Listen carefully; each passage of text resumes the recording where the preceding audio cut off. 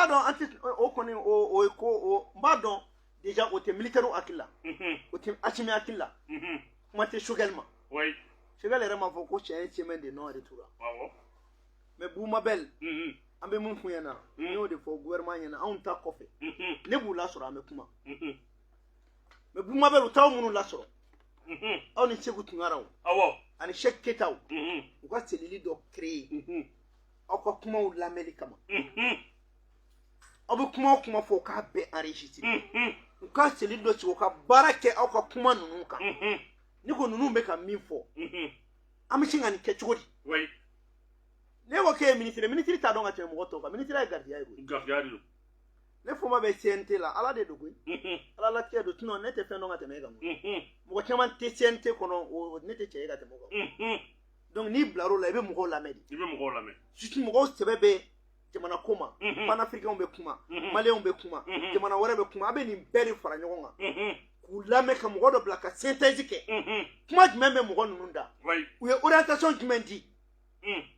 gouvernement k'a bɛ nin kɛ a bɛ fili wa a tɛ fili mais n'a kɛ ko n ye ministre ye ko n b'a dɔn o ye fili de ye ou bien ne ye député ye ne b'a dɔn i t'a dɔn ni i b'a dɔn i tɛ kɛ ciden o donc o la an b'a fɔ gouvernement ɲɛna maliyɛn minnu bɛ ka kuma ka anw bɛɛ lamɛn aw bɛɛ ka kumaw lamɛn u bɛ ka lamɛn dɛ ka dɔ fara a kan parce que i b'a dɔn gouvernement bɛ ka baara kɛ cogo min n b'o ɲɛfɔ maliyɛn ɲɛna n'e kumana ni ne kumana mɔgɔ wɛrɛ kumana u b'a to fo bɛɛ ka sɔn n'u y'a ye ko jama sɔnna dɔrɔn u bɛ sin ka décision ta i b'a ye kuma o kuma n'u ye décision ta jama bɛ kɛ u bɛ taa sisan an lafiyara parce que aw fana bɛ ka mun kɛ nin ye aw man ka nin de dabila wariko kuma ne t'a dabila e man ka dabila Sékou Tunkara man ka dabila Cheikh Umar Keita man ka dabila mɔgɔ mɔgɔ mana bɔ bɛɛ kan ka wariko kuma in fɔ n'a fɔra k'a fɔ o la u yɛrɛ b'a fɔ ko jamanaden bɛɛ bɛ nin na dɔn u b'o ta parce que Choguel ye kuma min fɔ ko Asimi ko jamanadenw ka laɲini k'a b'o de kɛ ko ani ka justice kɛ ani ka musow ka jɔyɔrɔw d'u ma jamanadenw ka laɲini kɔni tɛ CEDEAO ko ye bi an ka laɲini tɛ UEMOA ko ye an ka laɲini tɛ MINUSMA ko ye an ka laɲini tɛ G5 Sahel ko ye donc maintenant an bɛ bɔ en tout cas gouvernement bɛ fo mais n bɛ peuple malien de fɔlɔ fo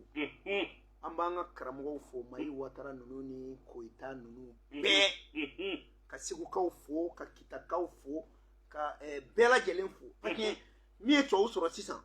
olu bɛ science politique de dɔn k'u sigi dɔrɔn ka jateminɛ mathématiquement n'an ye nin kɛ nin bɛ wolo nin na mais an bɛ science métaphysique de dɔn n'anw ka moriw ye kɔlɔsi ta dɔrɔn olu hakilila ko min kan ka kɛ o bɛ kala kunkolo n'an ka mɔgɔkɔrɔbaw ye u kale ko fo n'a y'a sɔrɔ ne ma faden to dun wali ka bɔ nin na o bɛ yɛlɛma o ni e tɛ k'o fɔ tɔw tɛ k'o fɔ donc o de bɛ ka an dɛmɛ o de la ne b'a fɔ ni transition in ɲɛna Asimi tɛ dɛ Fɔnba tɛ Choguel tɛ mais maliyɛnw de don c'est pour cela n b'a fɔ mɔgɔw ɲɛna transition militaire transition civile ka bɔ a kɔnɔ transition ye transition de transition sigilen bɛ jɛkulu 3 de kan président gouvernement CNT n'a ɲɛna a ɲɛna bɛɛ n'a tiɲɛna ko a tiɲɛna ko ne y'a fɔ nkalon don dɛ i b'a la alors honorable Fɔnba o fɛsɛfɛsɛra kosɛbɛ an y'o faamu fo k'o bɔgɔrɔ dɔn an bɛ fɛ k'a dɔn e kun ye kuma dɔ fɔ n'o ye k'a fɔ ko ka fɛn min ye kɔgɔji sama ka na bɛ tɛmɛ ni kangaba tɛ de o kuma ala y'a kɛ dɔw y'o kɛ ɲɔgɔnlɛnbɔ ye ka dunu ni bala ta k'o fɔli daminɛ ka kɛ lankari kan lagosi kan ye honorable Fɔnba an ye ɲinini kɛ kɔfɛ anw ye jaabi dɔ sɔrɔ mais maa tɛ se ka kɔnɔden kasikalan tɛmɛ digi ka tɛmɛ a yɛrɛ kan kɔnɔden n'a bɛ kasikalan bɛ ladigi a yɛrɛ de b'a kasikalan digi kuma cɛ ka ɲi kuma tigi da e ka dalɔ ye jumɛn de ko in na Boumabel don min na ne bɛ nin kuma in fɔ n y'a fɔ n ka bɛna ni kɔgɔji ye n kɛra k'a fɔ a kuma kɔfɛ n ko nin tɛ ne ka fɛn ɲini ne n ko nin bɛ yen depuis ne ma kuma fɔ parce que adamaden ni ala ye kalan d'i ma mɔgɔw ka fɛn ɲinini i kana k'i yɛrɛ ta ye depuis Soni Albert nin ko in bɛ sen na Soni Albert kɔfɛ tubabuw nana première guerre mondiale la u ye nin yɔrɔ in jateminɛ ka projet kɛ k'a ban pewu Soni Albert fana kɔfɛ an dontɔ indépendance la u tun y'a projet yɛrɛ bin pewu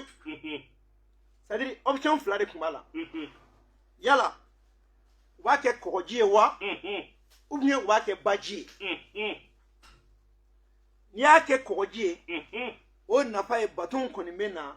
yɔrɔw la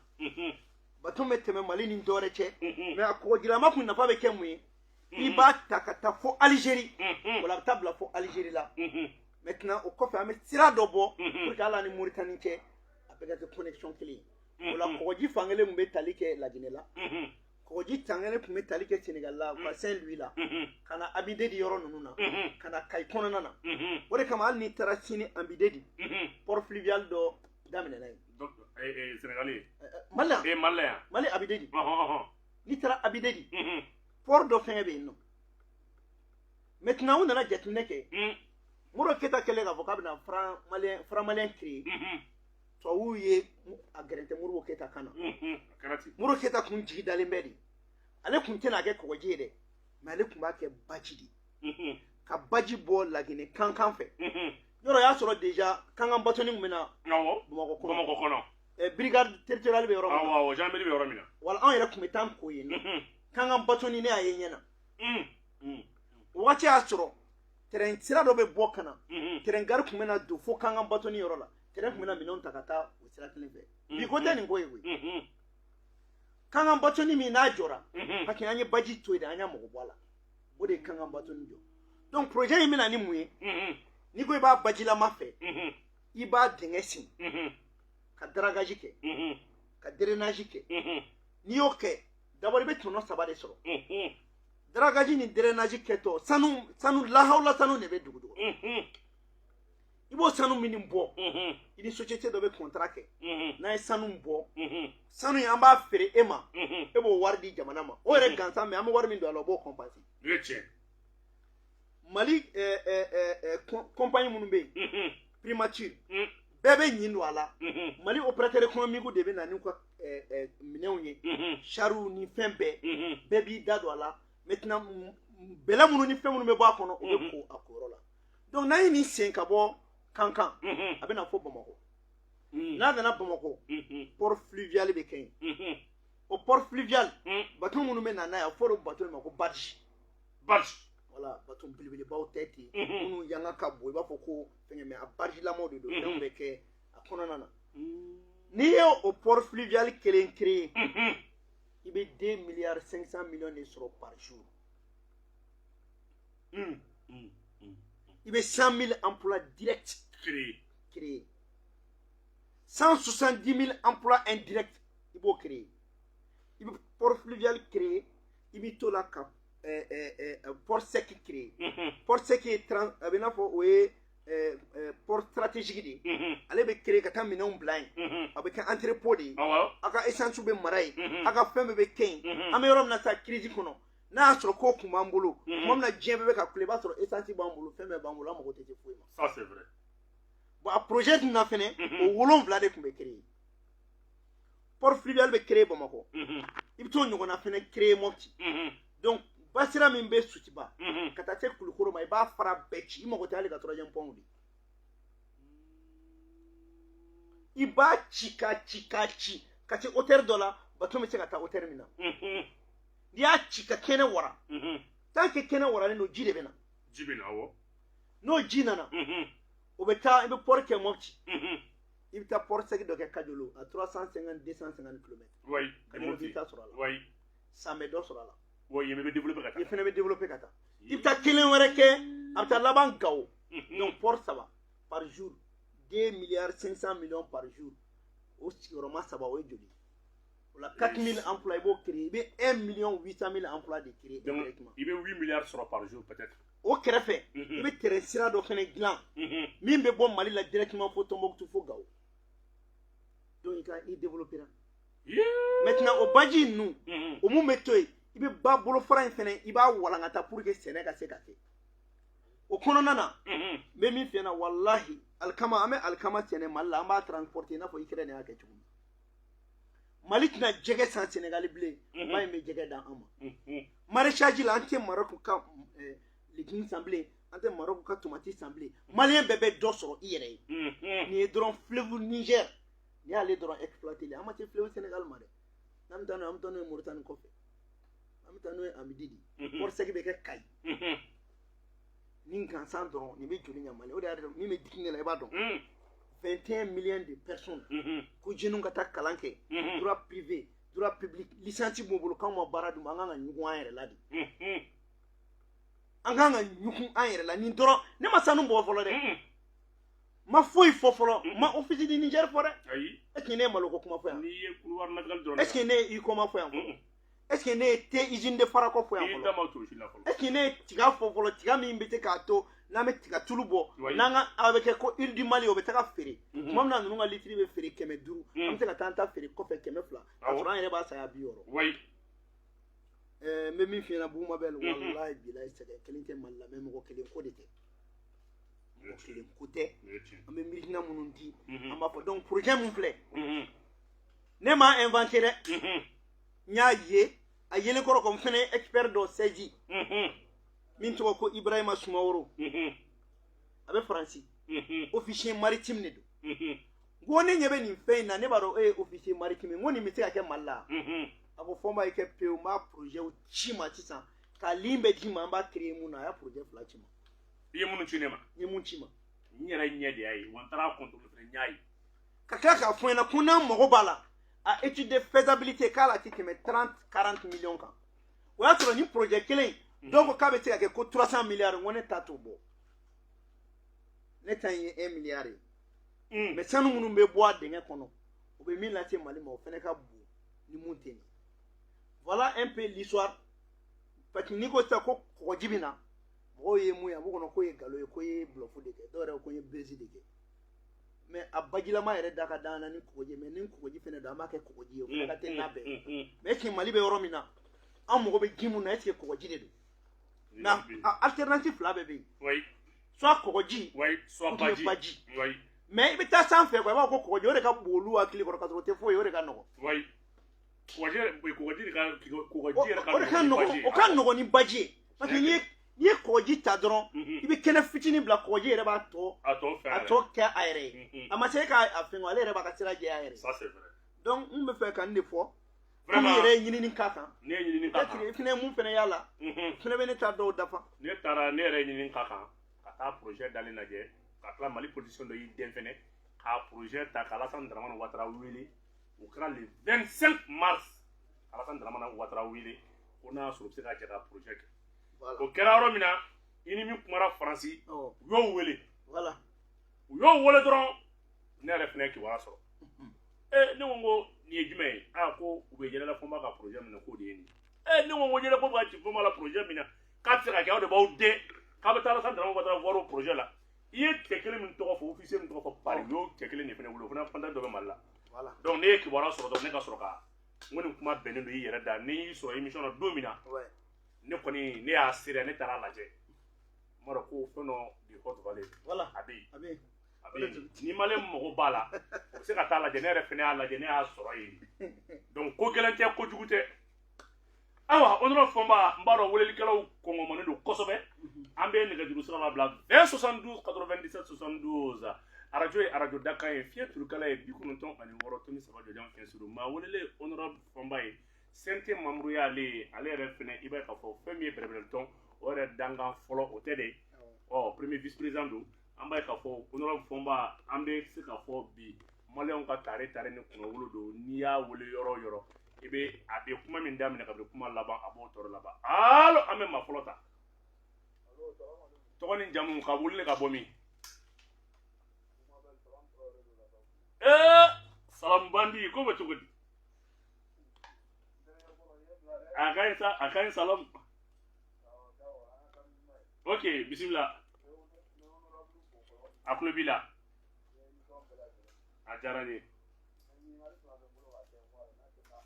a tɛ kɛ n baasi ye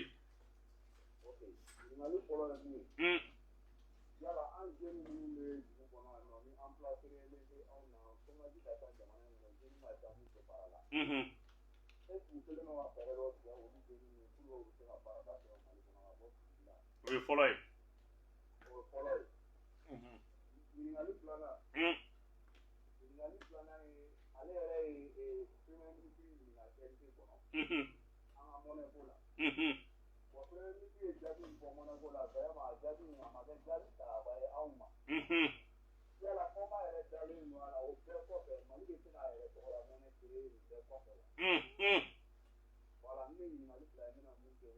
Ok.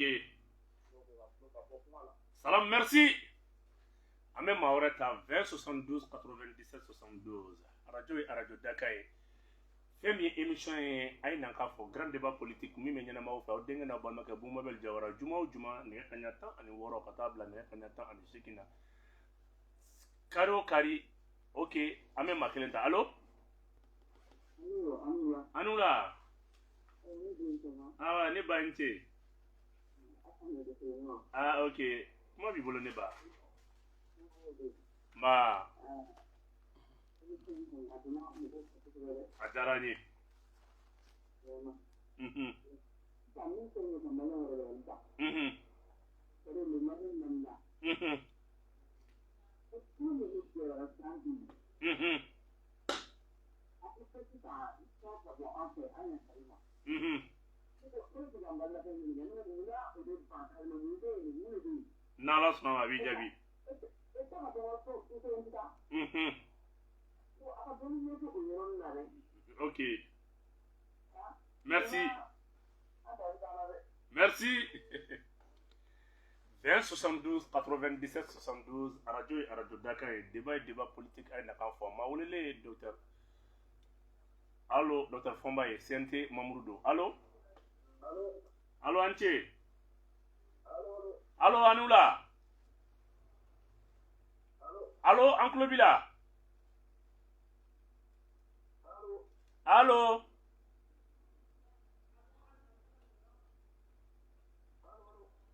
Allo? Allo? Alors, Amé Gafier di Maorema, à Kilikou, ma retour Talebulu, Yorokaja, 20 72 97 72. 20 72 97 72. Allo? Allo? Awa Niche?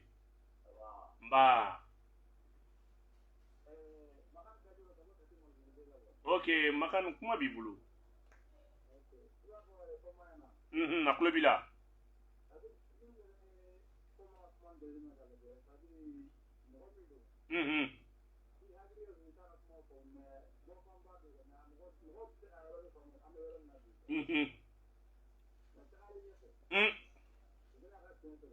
Nala sonama.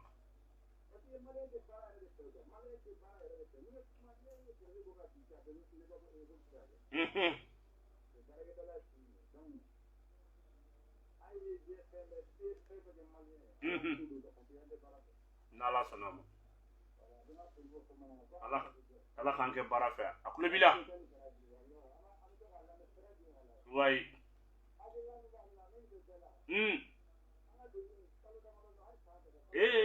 Kumbe minya vina ma teni anga de metro. Merci, merci, merci. Ame ma labanta 20 72 97 72. Ame ma labanta okumana obeke ka akokunche. Avec Tara 20 72 97 72. Page Mounou bien, Cap Plus Mali, Cap Mali Plus, allez bien. Vous m'avez page officielle, allez bien. Moussa Boukou 24, allez bien. Allô? Allô? Allô? Aïe bien, Madame Imata. Allô? Allô? On a chance d'aller Mali parce que à quelqu'un a déjà Torodoni. À la dernière, le numéro qu'il sera à Singapour. Oh, jamana kilenta. Allô, Anula. Allô, Enula. Amba. Allô, Uncle Bila.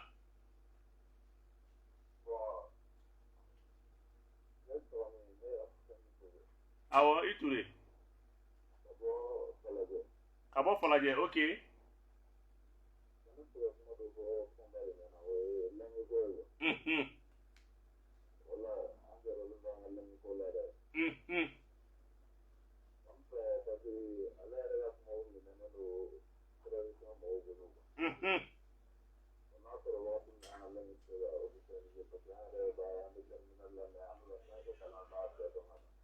sonama inshallah inshallah ok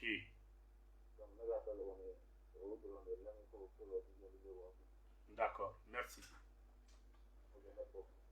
ayiwa nin bɛ dansigi kɛ an ka maa weletaw la minnu so donna k'u fo minnu ma se ka don k'u fo k'an ɲuman na honorable an hakili la maa 4 5 ɲɔgɔnna de weleli kɛ sinon 7 6 kɔni o de sera ka kuma ka ɲa kosɛbɛ an sera ka minnu mankan na sa dɔw ta kɛra appel perdu la appel perturbé la donc i bɛ se ka mun fɔ bakuruba la jaabi ninnu na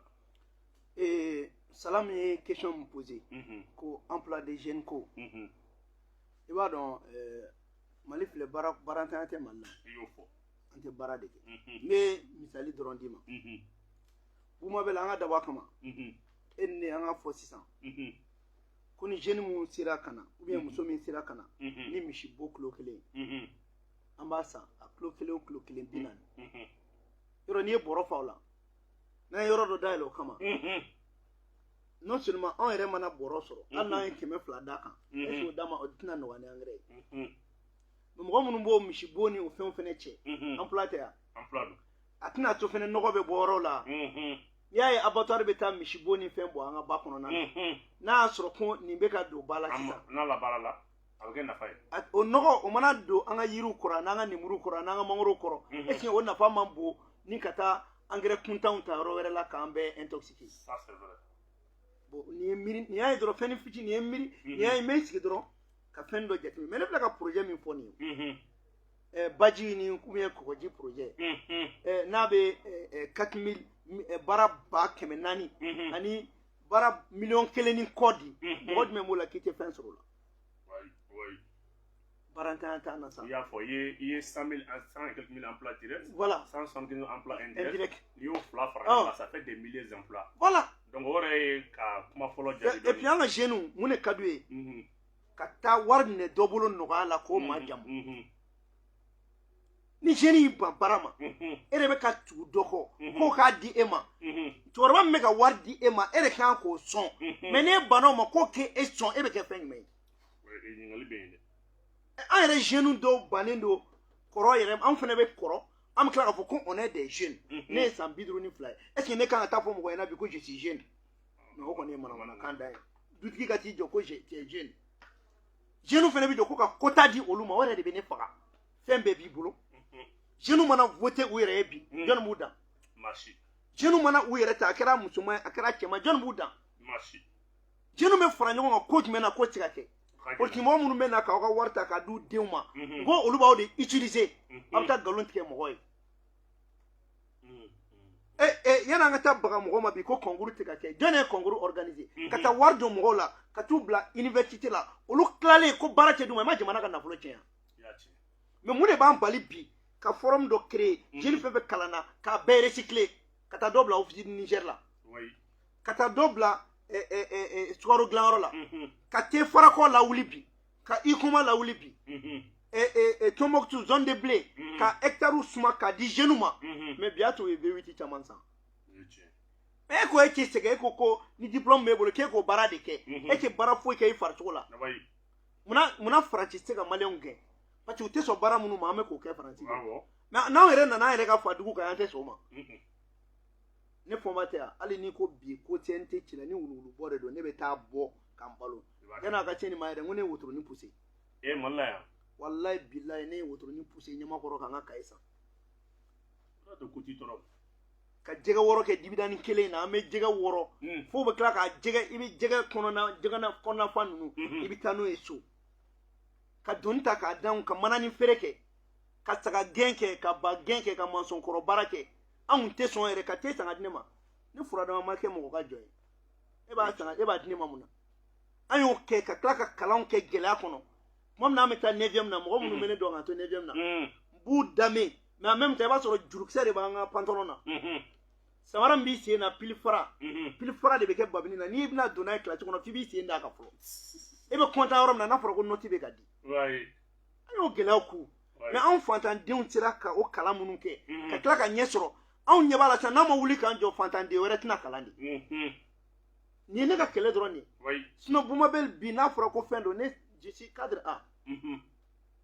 wari min bɛ n bolo mɔgɔ k'a ko wari b'i bɔ dɛ mais fo hali ni ne sara bi a bɛ se ka n ka den muso kɔni ta n taara baarakɛ ma taa baara kɛ o sara jɔlen bɛ yen est ce que ne kan ka ne bɛ n da don ko la wa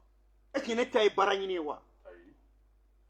mais ni wari ɲini don n bɛ se ka taa ŋanamu fana kɛ ka wari sɔrɔ mais an mago bɛ min na bi o ye jamana ye min ye mɔnɛ ko kuma ye ko n y'a question poser Choguel kun ko Choguel ka question jaabi ma u nafa Choguel ka question jaabi diyara ne ye ni Choguel kun ye kuma wɛrɛ fɔ ne ka jaabi in na mun tɛ nin cɛ fɔlɔ min kun bɛ Choguel kɛlɛ ne de don cogo di Choguel tɛ se k'a fɔ ne ɲɛna ko fɔ ma k'an bɛ ka mɔnɛ dilan o a b'a fɔ de k'an bɛ k'a ɲɛɲini ni Choguel b'a fɔ ne ɲɛna k'an bɛ ka mɔnɛ dilan a b'a fɔ ne ɲɛna de fɔ ma bon bi ye le 25 ye le 30 an bɛ mɔnɛ bila kɛnɛ kan o de y'a ka baara ye ale ka baara tɛ k'a fɔ k'an bɛ na dilan ale b'a fɔ ko n b'a bɔ nin don n'a tilala kuma la a b'a fɔ wa n bɛ min f'u ɲɛna k'u ka nɔgɔ b'o la pewu gouvernement bɛ ka baara kɛ mɔnɛ bɛ dilan cogo min ne de y'a fɔ Salami ko ye kuma la gouvernement bɛ ka baara kɛ mɔnɛ bɛ dilan cogo min gouvernement bɛ ka jateminɛ de kɛ gɛlɛya mun ye Modibo ta sɔrɔ mun ye Sékou Touré ta sɔrɔ n'a nana an ta dilan a bɛ kɛ cogo di pour que gɛlɛya dɔw kana don a kɔnɔ sinon mɔnɛ dilanni a proposition de loi ne y'a bila CNT la n k'a bɛ wolo sisan u bɛ ka étudier o n'aw kan ka amender ou bien n'u kan ka min kɛ u b'o kɛ an mɔnɛ dilan tɛ subagaya tɛ bilen koyi ɲɛgoya fɛnɛ tɛ wa ko gɛlɛman tɛ min ye fɛngɛ ye Faransi taga ye an balimamuso y'o posé Faransi tɛ taa o Faransi bɛ balo Mali la de mɔgɔ ma min fama Faransi nana nkalon de tigɛ ko Mali ye fantan jamana ye ko n'olu tɛ k'anw tɛ balo k'a sɔrɔ Faransi de bɛ ka balo yan na n bɛ misali saba d'i ma e ka route nationale min bɛ bɔ Kayi Bamakɔ ka taa Kayi a don o don tuma min na a bɛ 12 la a tun bɛ miliyari 4 de ladon a miliyari 4 na Faransi ta tun b'a la ka bɔ yan ka taa Kayi u ye wari u y'an dɛmɛ ka sira o sira jɔ u ka wari b'a la hali sini Kuluba wari o dɔ bɛ ka sara o ye o wari min bɛ d'u ma u b'o wari dɔw de ta k'a kɛ ka maliyɛn dɔw sara pour que olu ka Faransi milina dɛmɛ donc a kana bila kun na ni Faransi bɔra Mali la o ye Faransi ko bannen Mali ka wari min bɛ ka mara Faransi bɛ ka balo o de la o de y'a tun b'a fɔ ɲɛna Faransi ni Mali ka kɛlɛ question de survie de don ni ne ma to Mali la n ta tiɲɛna donc n'u Mali tɛ u ta de tiɲɛna ni Mali tɛ Faransi dɔrɔn tɛ dɛ n bɛna fɛn min f'i ɲɛna si c'est pas le Mali diɲɛ tɛ bilen vous m'appelez diɲɛ bɛ ka tourner Mali de da la cogo di Ukraine kɛlɛ banna o bassin de Taoudeni c'est la dernière réserve du monde a ɲɔgɔn tɛ diɲɛ bɛɛ bassin de Taoudeni bɛ bɔ Mauritanie a bɛ tɛmɛ Mali kɔnɔna la wari min bɛ a ka ca ni Arabie Saoudite ta ye o bassin de Taoudeni a ka bon ni Texas ye Union européenne 2 tiers a ka bon ni o ye bon diɲɛ kɔnɔ yɔrɔ bɛɛ y'i ka sɔrɔ exploité Mali de ta ma exploité pétrole bɛ yen a ma exploité sanu bɛ yen o ma exploité gazi bɛ yen a ma exploité hydrogène bɛ yen a ma exploité lithium bɛ yen a ma exploité phosphate bɛ yen a ma exploité o caman de bɛ Mali la bɛɛ y'i ta bɔ ka ban yɔrɔ min ta ma bɔ bɛɛ bɛna Mali de da la sisan o de kama kɛlɛ bɛ Irisiw ni États-Unis de cɛ Mali ko la Guterres bɛ ka États-Unis ka baara de kɛ parce que Français don Irisiw fɛnɛ sigilen don i b'a fɔ ko waraba u hakili sigilen don u bɛ ka lajɛli u bɛ manamanakan fɛn fɛn la cɛ o cɛ ye ta kɛ Mali kan u bɛ ta don u bɛ gɔni k'i kan u y'a fɔ bɛɛ na dɛ ko kuma min ka d'a ye a y'a fɔ Mali ma fɛn min ka d'a a y'a kɛ mais n'a ye cɛ min telen Mali ma o kɔrɔ ye k'i nana Irisiw de kɔrɔbɔ o de kama autorités fɛnɛ kan ka Irisiw lafiya parce que Irisiw ka baara ye mun ye i ka dugu kuma olu t'o f'i ye place la mais n'i ka cɛya kan fɔ i bɛ se k'i tɛmɛ olu la Irisiw ye feu vert d'an ma k'an ka don olu ka bloc la an k'an ka monnaie créer o la Faransiw ka juru o juru b'an na a juru bɛ ale b'a kɛ fu ye b'a bɛɛ sara foyi tɛ k'an kan na mɔgɔ bɛ fɛn ɲini ka tɛmɛ o kan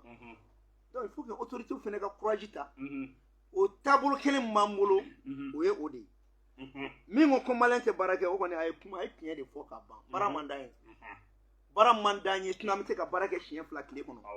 baara man d'an ye parce que tɛ wuli dɔrɔn de ka d'an ye Bouma Bel bilayi n'i ye ne kɛ Mali président ye bi n bɛ PMI Mali datugu walayi PMI Mali n b'a datugu en tout cas so kɔni tɛ boli Faransi n'a so bɛ boli n b'a boli Mali la yan an b'a wari dun Mali la yan PMI wari u bɛ k'an ka wari cɛ ka taa di Faransi ma u bɛ ka min kɛ a ti nafa lase Mali ma Mali ka wari de bɛ ka bɔ ka taa di Faransi ma PMI Mali n'a ye so boli ni miliyɔn 100 sɔrɔla miliyɔn 50 bɛ cɛ ka taa di Faransi a tun miliyɔn 50 miliyɔn 20 o ye gouvernement ta ye million muga o be classe sobolaw ni ɲɔgɔn cɛ million ta ye pemi mali ta ye e bɛ taa million 100 di e yɛrɛ ta ye million muga ye cogo di et puis wari kilancɛ a b'o ta ka t'o di jamana wɛrɛ la mais mun an tɛ soboli organiser mali la yan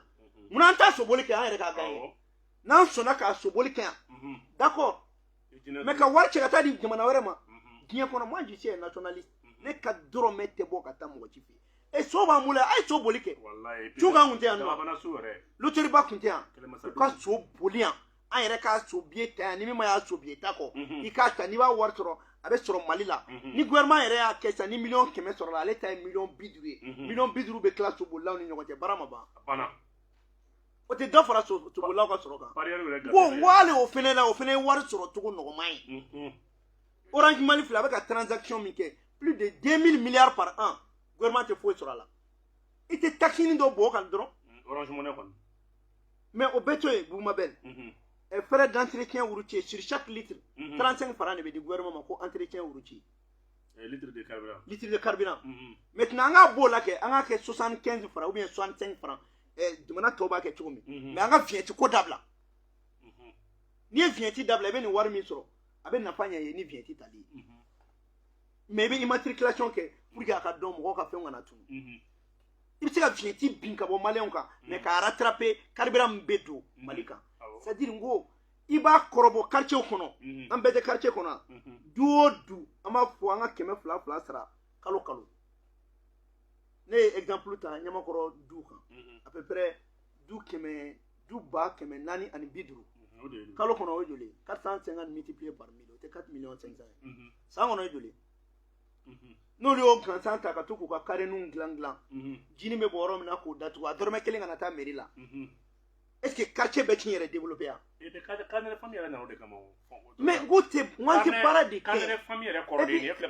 voilà ka gɔtigiw recenser k'a dɔn k'a fɔ gɔtigi bɛɛ mana nin di ni lafiya fɛnɛ bɛ na voilà o 200 n'i y'o sara k'o fara ɲɔgɔn kan jeune minnu b'o kɔnɔ n'olu bɛ a lajɛ ni maa dunan min nana ko ka t'o ɲɛfɔ i bɛ se k'olu sara kalo 30,000 wa i bɛ se ka jeune 20 ta par quartier ka wari bɔ nin wari kelen in na a bɛ mun tiɲɛ ni Bamakɔ quartier bɛɛ ta ten village bɛɛ ta mais ne ko nin ka gɛlɛn ko wari b'an bolo maintenant n'i y'o ta o tɛ o ye maintenant sisan n'i y'o ta e k'a ta dɔrɔn an ka taxi fɛnɛ ta taxi local mais taxi foncier so n'a jɔra n so de bɛ ka fiɲɛ minɛ so bɛ pollution de créer donc n'i ka étage ye 2 ye ni 200 bɛ sara e bɛ 400 sara donc c'est très simple maintenant mun ye langue ye n'an m'an ka kan don ba la o kɔrɔ an y'an yɛrɛ ta tiɲɛ de o kuma ma se fɔ yɛrɛ la kan donni ba la o bɛ baara yɛrɛ de di mɔgɔ ma wa dɔw b'a fɔ ko kan donni ba la k'o t'a ɲɛnabɔ e bɛ se ka baara kɛ wali kan kan k'e ka kɛ fɛn yan ɲɛ tɛ faransi la yɔrɔ bɛ faransɛ fɔ anw fɛ yan mais diɲɛ forum ba fan o fan faransi bɛ taa anglais de fɔ u yɛrɛ ka kan u t'a fɔ e ka fɔ chinois den ma k'a ka faransɛ fɔ i b'a faga a b'o kɔrɔ dɔn ni faransɛ fɔ mais an b'an jija o kan de la k'an yɛrɛ ka kan bila an b'an ka kan de don ba la o kan min n'an y'o don ba la o de bɛ fusaya an ma kosɛbɛ o de b'a to an bɛ ɲɔgɔn ka kumakan mɛn o de b'a to fɛn caman bɛ an tɛ mɔgɔ wɛrɛ bila o la an b'o ɲɛdɔn an ni ɲɔgɔn cɛ donc kan ko in tɛ dɔwɛrɛ nɔfɛ ni constitution kura nana dɔrɔn a bɛ don a kɔnɔ sinon normalement charte yɛrɛ révisé u kɛlen ko k'u sɛmɛ assise nationale la normalement Asimi kan ka kuma bamanankan na CNT kan ka baara kɛ bamanankan na foyi t'an jagoya bilen an ka tubabukan dɔrɔn fɔ bamanankan bɛ assise kɔnɔ bamanankan bɛ assise ko k'a kɛ ko ka bamanankan don ba la ko officialiser les langues nationales dans les forats dans les grandes forats assemblée ye fora de ye président ka kuma fɛnɛ y'a dama kɛnɛba dɔ de ye kɛnɛba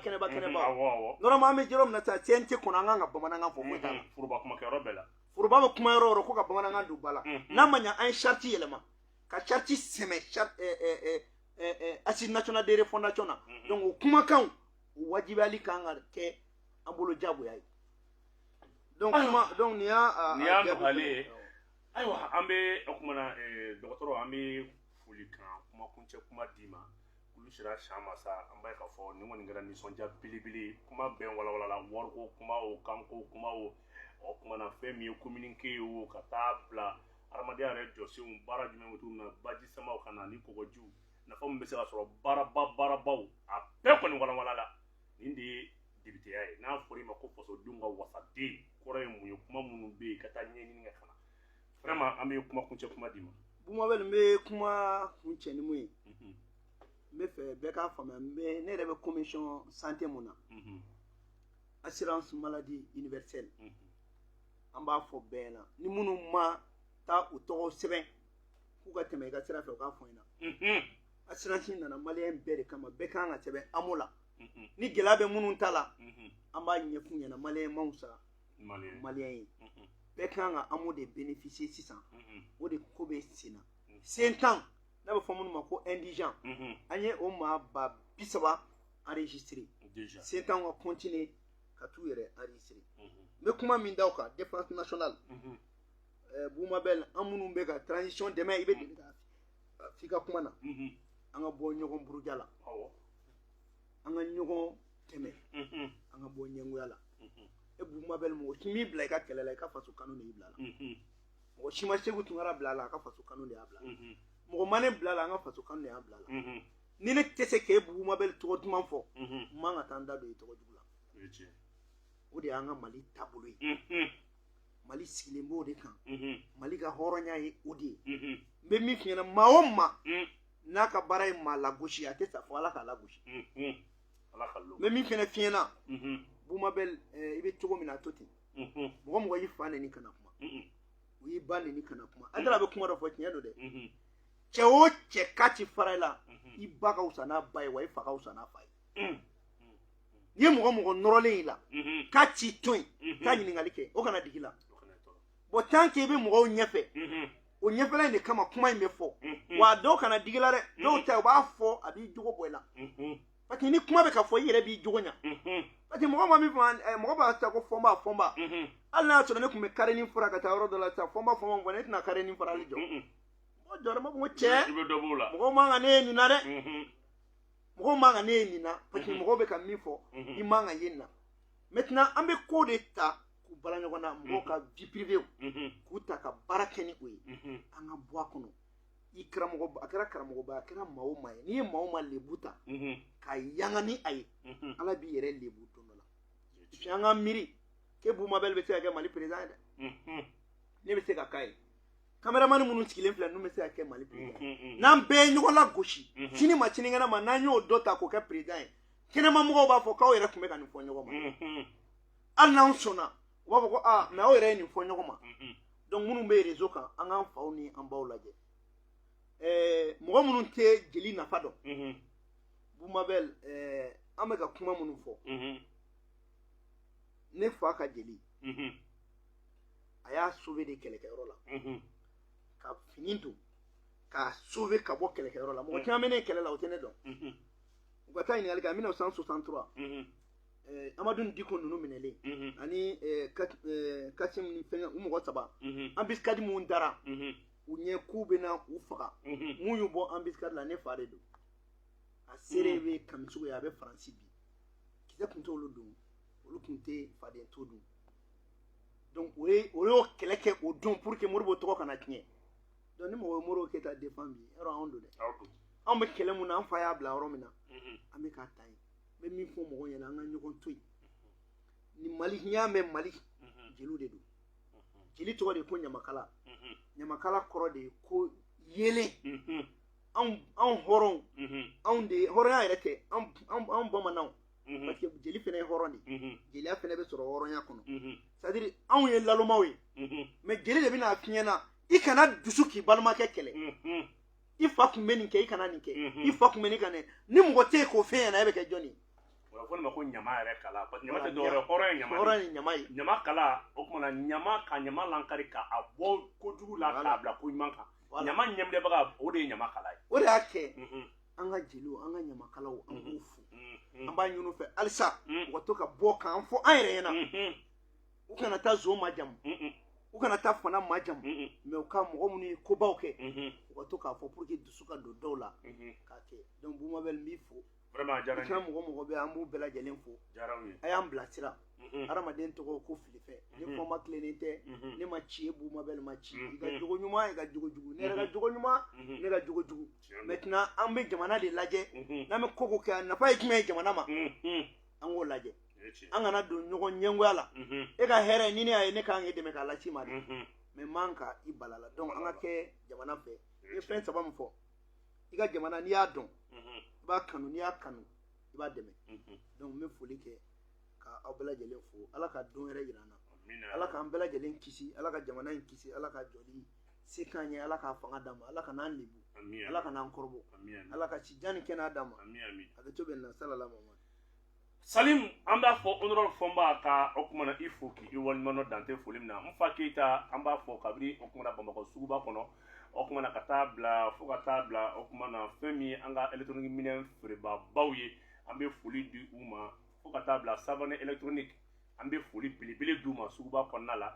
n balimaw ni de kun ye aw garisɛgɛ ye ka laseli ka aw ma aw denkɛ ani aw balimakɛ Bubu Mabel Jawara maa welelen kun ye dɔgɔtɔrɔ Fɔnba ye CNT Mamudu don page mun y'a ta k'a bila Cap Plus Mali ale bɔ o la Musabugu 24 ale bɔ o la Bubu Mabel page officielle Media A TV ale b'o la Damangile Jawara an bɛ foli da aw bɛɛ ye k'a fɔ a ma a k'an bɛn waati wɛrɛ ka fɔ wa